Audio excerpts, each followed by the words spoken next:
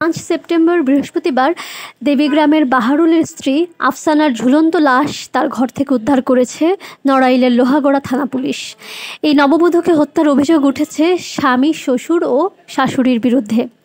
জানা গেছে 15 দিন আগে দেবীগ্রামের ইদ্রিস শেখের ছেলে মোহাম্মদ বাহারুল ও শুলটিয়া গ্রামের কোবাদ মোল্লার মেয়ে আফসানা খানমের বিয়ে সম্পন্ন হয়। হাতের মেহেদির রং মুছতে না মুছতেই মৃত্যু হলো নববধূর।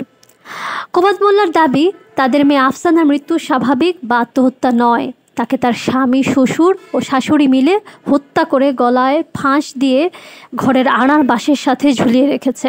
দেখছেন ঝুলানো ছিল নাকি আপনারা এসে নামানো পাইছেন? তো আপনার কি ধারণা যে আপনার মেয়ে এরকম ধরনের কোনো কিছু আপনারা বলছে যে কেন আত্মহত্যা করতে যাচ্ছে অথবা বাধ্য হলে এরকম কিছু? তো আপনার কাছে কি মনে আছে বিষয়টা? মেরে ফেলছে। আচ্ছা, এই ছেলের তো সে আত্মহত্যা করছে নাকি হত্যা করা হয়েছে, আপনার কি ধারণা মনে আছে?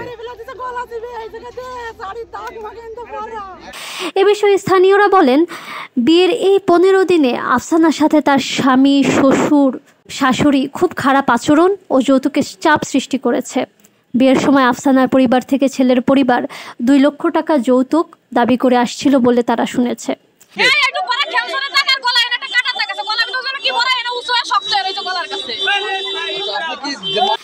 এমন ঘটনায় আফসানার বোনের সাথে কথা হলে তিনি বলেন, যৌতুকের টাকার জন্য আমার বোনের জীবন দিতে হলো, আমি ওদের ফাঁসি চাই। এ সময় মৃত আফসানার পরিবারের স্বজনরা দেবীগ্রামে মেয়ের শ্বশুরবাড়ি আসলে এবং তাদের মেয়ের হত্যার বিচারের দাবি করলে ওই গ্রামের লোকজন তাদের উপর চড়াও হয় এবং সেখানে ধস্তাধস্তি হয়।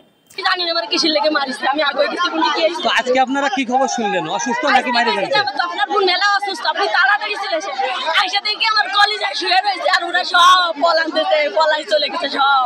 কে মারছে বলে আপনার অভিযোগ? ওর শাউরি ও মারছে, ওর বাপ মারছে, আরো 5 জন লোক ছিল। 15 দিন বিয়ে করলো, এই 15 দিনের ভিতরে বউরে মেরে ফেললো, কি বিষয়টা হতে পারে? আপনার বোনের সাথে আলাদা কোনো গ্যাঞ্জাম অথবা কোনো টাকা পয়সার লেনদেন এরকম? এই ঘটনার পর থেকে গৃহবধূর স্বামী ও শ্বশুর পলাতক রয়েছে। তবে মৃত আফসানার শাশুড়ি বৌমা আফসানা আত্মহত্যা করেছে বলে জানান। কোন ঘরে নিয়েছিল? কেউ দেখেন নাই?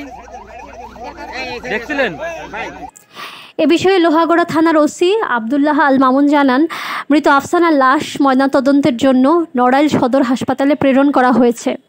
মেডিকেল রিপোর্ট আসার পর হত্যা না আত্মহত্যা সেটা জানা যাবে।